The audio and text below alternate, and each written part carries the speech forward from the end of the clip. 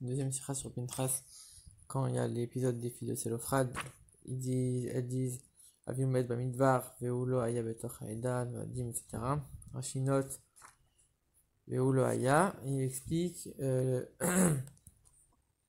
puisqu'elles sont venues dire il est mort par son péché, elles sont obligées de préciser pas le péché des explorateurs et pas le péché de Korach. Comme pour dire, voilà, lui il a fait un péché, mais c'est un péché tout seul, ça n'a rien à voir avec le reste, il n'a pas fait pécher les autres, et il mérite d'entrer en Israël. Pourquoi il y a besoin de préciser Korach et les explorateurs? Donc les Mefarshim ils expliquent, pour ne pas qu'on puisse penser qu'il a fait une de ces fautes-là, on précise, c'est sa faute à lui qu'il a fait, il n'a pas fait la faute des autres, il n'a pas fait pécher les autres. Et maintenant, elles auraient très bien pu dire ça de manière encore plus concise. Il a péché un péché tout seul, qu'est-ce que ça veut dire? Il n'a pas été dans le Korach, il n'a pas été avec les explorateurs. Puis Bichlal, c'est quoi ce ignan de dire il a péché? Pourquoi Bichlal, ça a besoin de préciser? Mon père, il a péché. Alors justement, les Mefarshim expliquent par son péché, pas par le péché qui a fait pécher les autres. Ok, ça on l'a vu. Mais premièrement, où on a vu que quelqu'un qui a fait pécher les autres, il n'a pas de part en Eretz Israël. Où on a vu ça? Puis on voit que Rachid explique d'abord par son péché, et après il va préciser juste après par son péché tout seul. Si c'était uniquement pour dire qu'il avait péché tout seul que tu soulignes le fait qu'il a fait un péché, bah alors pourquoi tu ne dis pas tout de suite il a péché tout seul? Non, il a fait un péché, etc. Mais sache qu'il a péché tout seul. En vérité, ça veut dire qu'il y a une autre intention, c'est pas uniquement de dire qu'il a fait un péché tout seul, il y a autre chose dans le fait de dire qu'il a fait un péché. Ensuite, Rashi continue en disant que Rabbi Akiva il dit que c'était le Mekoshechetzim, Rabbi Shimon il dit que c'était un de ceux qui s'est entêté, que même après les explorateurs, il a quand même voulu monter en Eretz Israël. Première question du Rabbi, mais d'où on sait ça? Où c'est écrit ça? C'est pas écrit nulle part dans le verset où c'est allusionné, d'où ils le savent. Deuxième question, c'est toujours que quand Rashi ramène deux explications, chacune elle a une qualité par rapport à l'autre, etc. Que les deux elles se complètent, les deux elles ont une faille, c'est quoi ici? Troisième question, Rashi précise le nom de ceux qui ont donné ces enseignements, c'est-à-dire que ça a aussi un lien avec le sens simple du texte. Une autre question encore plus, c'est que dans la Gemara, dans le Sifri qu'on a, c'est pas écrit que c'est Rabbi Shimon qui a dit, c'est écrit Rabbi Yehuda ben Vetera. Pourquoi Rashi choisit une autre girsa où c'est Rabbi Shimon? Ça veut dire que c'était plus un lien avec le sens simple, mais pourquoi? En vérité, elles ont voulu venir dire à Moshe et à Aaron, regarde, notre père il a fait une faute. C'est important de dire qu'il a fait cette faute-là, parce que grâce à ça, tu vas comprendre que oui, il méritait une part en Eretz Israël. Maintenant, de dire cette faute, de dire c'est laquelle la faute, tu vas faire très honte à ton père. Tu ne peux pas le dire en plus, c'était pas devant seulement Moshe et Aaron, c'était devant toute l'assemblée des Juifs. Donc c'était impossible de dire c'était quoi la faute de leur père, c'était une trop grande honte. Par contre, venir et dire il n'a pas fait ça, il n'a pas fait ça, pour que eux ils puissent comprendre d'eux-mêmes quelle était la faute, ça c'est ce qu'ils ont fait. Mais c'est important de préciser qu'il a fait une faute, et pourquoi? Parce que grâce à ça, elles allaient mériter le fait que oui, il a un droit de récupérer une part en Eretz Israël. Pour comprendre ça, il faut d'abord comprendre c'est quoi la manière qu'ils avaient d'hériter la terre d'Israël. Donc elles sont venues en disant la Manigara, pourquoi le nom de notre père il va être descendu, etc. Il n'aura pas une part en Eretz Israël. Si jamais il avait eu un fils, alors ce fils-là, il aurait récupéré la part de notre père. Nous, on veut être à la place du fils et récupérer la part de notre père. Alors Rabbi pose la question, il dit, mais regarde, si jamais il avait eu un fils, le fils, il aurait eu sa part à lui, il n'aurait pas eu la part de son père, jamais. Le fils, il aurait eu sa propre part. Quand chacun des juifs qui est entré en Eretz Israël, il avait sa propre part. Sa part à lui, pas la part de ses parents. Alors comment ça marche? C'est pourquoi elles disent non, on veut la place de notre père. Pourquoi? Parce que nous on est comme un fils. Mais le fils lui-même il n'aurait pas eu la place de son père. En vérité c'est quoi? On voit que Dieu a promis à tous ceux qui sont sortis d'Égypte qu'ils allaient rentrer en Eretz Israël. Comme il y a eu la faute des explorateurs, il n'a pas pu le faire. Mais cette promesse elle n'a pas été annulée. Ça veut dire que leurs enfants qui vont eux rentrer en Eretz Israël, ce sera au nom de leurs parents. C'est-à-dire que c'est leurs parents qui vont hériter la terre d'Israël à travers eux, ces enfants qui vont maintenant concrètement la conquérir. Donc du coup, c'est sûr que ça a été partagé en fonction de ceux qui sont rentrés en Eretz Israël. Mais au nom, et grâce au mérite, et par le fait que ce soit leurs parents qui leur ont fait hériter, si on peut dire. Du coup, les filles de Télophrate, c'est qu'elles viennent dire. Regarde, nous, notre père, il faisait partie de ceux qui sont sortis d'Égypte, il mérite une part en Eretz Israël. Maintenant, aujourd'hui, nous, on n'a pas de frère. Alors, on fait quoi? Il n'y a pas de, y a pas de fils, il n'avait pas de fils pour venir récupérer concrètement cette terre, mais la part, il la mérite. Donc ce droit, il n'y a pas eu de fils pour récupérer ce droit-là de prendre part, mais nous, on va le récupérer ce droit, c'est logique. Ah, et pourquoi c'est pas comme ça pour les autres femmes? Les autres femmes, elles ont des frères. Quand il y a un frère devant une sœur, c'est le frère qui prend la part. C'est ça les lois d'héritage. Maintenant, nous, on n'a pas de frère. On n'a pas de frère, donc forcément, pour les autres femmes, on pourrait dire que donc, pardon, on pourrait dire qu'une femme, elle va pas prendre parce que elle est pas inclue dans la catégorie, au même titre qu'un homme qui a pas encore 20 ans, donc la femme, elle est pas inclue. Maintenant, une femme qui a pas de frère, donc du coup, c'est elle qui est censée récupérer la part de son frère. Et elle, c'était les seules dans ce cas-là, avec un père qui est sorti d'Égypte et à la fois pas de frère. Donc elles ont dit, on doit récupérer le droit de notre père. C'est ça qu'elles sont venues dire. Lui, il a fait un péché. Il n'a pas fait un péché en relation avec Eretz Israël. Il s'est pas plaint. Et nous, pourquoi tu nous amènes en Eretz Israël? Il n'a pas fait une de ces choses-là. Il n'a fait un péché aucun rapport, tout seul.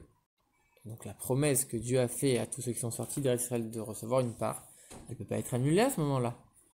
Parce que les autres qui ont fait la faute, des Mythonénim, après la faute des explorateurs, mais eux, finalement, ils avaient soit entre 20 et 40 ans, donc soit ils sont morts sans enfants, soit ils sont morts en laissant des enfants de moins de 20 ans. Et nous, notre père, c'est pas le cas. Et donc, du coup, on mérite une part dans la terre d'Israël, la part de notre père. Donc, du coup, finalement, c'est ça, exactement ça qu'elles ont dit. Elles sont venues, elles ont dit, notre père, il est mort dans le désert. Pourquoi? Que ça besoin de préciser, il est mort dans le désert. Pour dire, il est sorti d'Égypte, il faisait partie de ceux qui sont sortis d'Égypte, donc il a ce droit d'entrer en terre d'Israël. Il est mort dans le désert, dans le sens où il est sorti déjà d'Égypte. Encore une fois, qu'est-ce que tu as besoin de dire qu'il a fauté? Parce que si tu es en train de dire il est mort dans le désert, alors tu sous-entends il est mort. Parce qu'il a été dans la génération du désert, la faute des explorateurs, etc. Il a mal parlé contre Israël. Non, pas du tout. Il est mort par son péché. Par son péché. Ça n'a rien à voir avec le péché des autres. Il est mort par son péché. Pourquoi tu as besoin de préciser son péché? Tu aurais très bien pu dire il n'est pas mort par le péché des explorateurs. Il n'est pas mort par le péché de Korah. Qu'est-ce que tu as besoin maintenant de dire? Son péché. Pourquoi? Parce que si tu dis pas qu'il est mort par un péché, par son péché, et on sait qu'il n'y en a pas eu des tonnes dans le désert, on sait qu'on a le Mekoshesh et Tim, comme Rachid l'explique, on sait qu'on a ceux qui ont lutté et qui sont quand même montés en Israël alors qu'il ne fallait pas, et encore très rares exceptions. Donc si tu dis pas, elles sont venues préciser, regarde, par son péché, un péché qu'on connaît, un péché qui a été expliqué. Et quand tu regardes les dates, alors tu vois que le Mekoshesh et Tim et ceux qui ont désobéi à Moshe, qui ont quand même ils sont quand même montés en Israël. Alors, finalement, ces deux événements, ça s'est passé avant l'histoire des Mytholénim. Le Mekoshesh Hashessim, il s'est passé avant l'histoire des explorateurs. Et ceux qui ont lutté quand même contre, et qui sont partis en Israël, au contraire, ils ont rattrapé la faute de ne pas vouloir rentrer en Israël. Eux, ils ont voulu rentrer. Seulement, c'était pas le bon moment. Mais ils ont voulu rentrer, ils ont réparé un peu ce problème-là. Donc on ne peut pas leur prendre ce mérite de devoir entrer en Eretz Israël, puisque eux, ils ont tout fait pour y rentrer. Donc par le fait de préciser, c'est par son péché.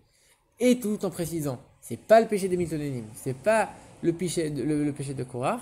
Alors finalement, il reste plus grand chose, et donc il te reste soit Mekoshesh, soit les Mapilim, soit ceux qui sont obstinés à monter en Eretz Israël. Donc finalement, c'est pour ça que Rashi les note, parce que c'est les deux seuls péchés qui restent, et qui excluent toute possibilité pour les autres péchés qui empêcheraient d'avoir un mérite en Eretz Israël.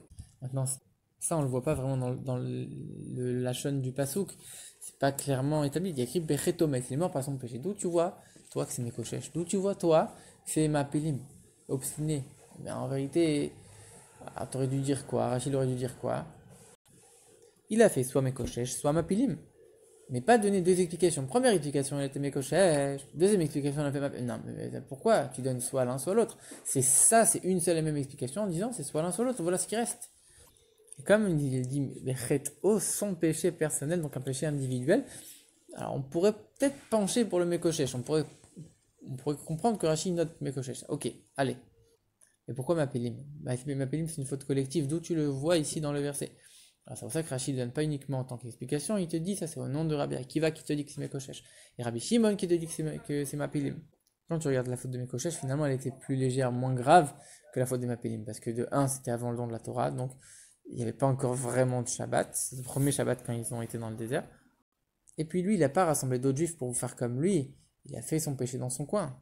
Donc d'un côté, on a l'avantage que c'est une faute moins grave. D'un autre côté, dans le sens simple du verset, ça rend beaucoup mieux de dire que c'était Mapilim. Pourquoi? Parce que Mapilim, c'est quoi? Ils se sont obstinés, ils sont quand même montés en Eretz Israël. Donc par ça, tu es en train de dire, mais regarde, lui, il a voulu monter en Eretz Israël, il a tout fait. Et au contraire, c'est à cause de ça qu'il est mort, parce qu'il a trop voulu rentrer. Alors par ça, tu es en train de souligner le mérite qu'il a de prendre une part. Et donc ça rentre complètement dans le contexte. Au contraire, en disant c'est par sa faute qu'il est mort, tu es en train de dire, regarde, c'est à cause de sa faute, justement, sa faute de vouloir rentrer en Eretz Israël. Alors il mérite une part. Et donc c'est ça, dans le contexte, ça rentre beaucoup mieux. C'est pour ça qu'on voit qu'il y a Rabbi Shimon et Rabbi Akiva d'un côté. Rabbi Akiva, il recherchait toujours le mérite sur un juif. Et lui, il voit que maintenant, il y a une faute qui est plus légère. Alors forcément, il va dire, il a fait la faute la moins grave. D'un autre côté, Rabbi Shimon, lui, il te dit, mais regarde, le sens des versets, le sens du contexte, ça rentre beaucoup mieux de dire que c'était Mapilim. Ici, Rashi, il ramène d'autres, il amène il y a une autre allusion en disant que c'est Rabbi Akiva. Parce que on voit que finalement, les filles de Télophrade, elles se sont mariées dans la paracha de Massé. Mais pourtant, quand on regarde que les deux possibilités pour la mort de leur père, c'est soit Mekoshe, soit Mapilim, c'est deux événements qui sont passés dans la première année de la sortie d'Égypte. Ça veut dire que finalement, elles arrivent 40 ans après en disant la faute de notre père, nous on mérite. Donc ça veut dire que quoi? Elles se sont mariées à minimum 40 ans. C'est quand même bizarre. Donc Rashi par ça il souligne en disant Rabbi Akiva, qu'on sait que Rabbi Akiva il s'est marié à 40 ans. Ça fait une allusion aussi en citant Dafka Rabbi Akiva. Maintenant, une des choses, la profondeur de la Torah qu'il y a dans l'explication de Rashi, on sait que Parashat Pinchas, c'est soit juste avant, soit premier Shabbat de Ben Hametzarim.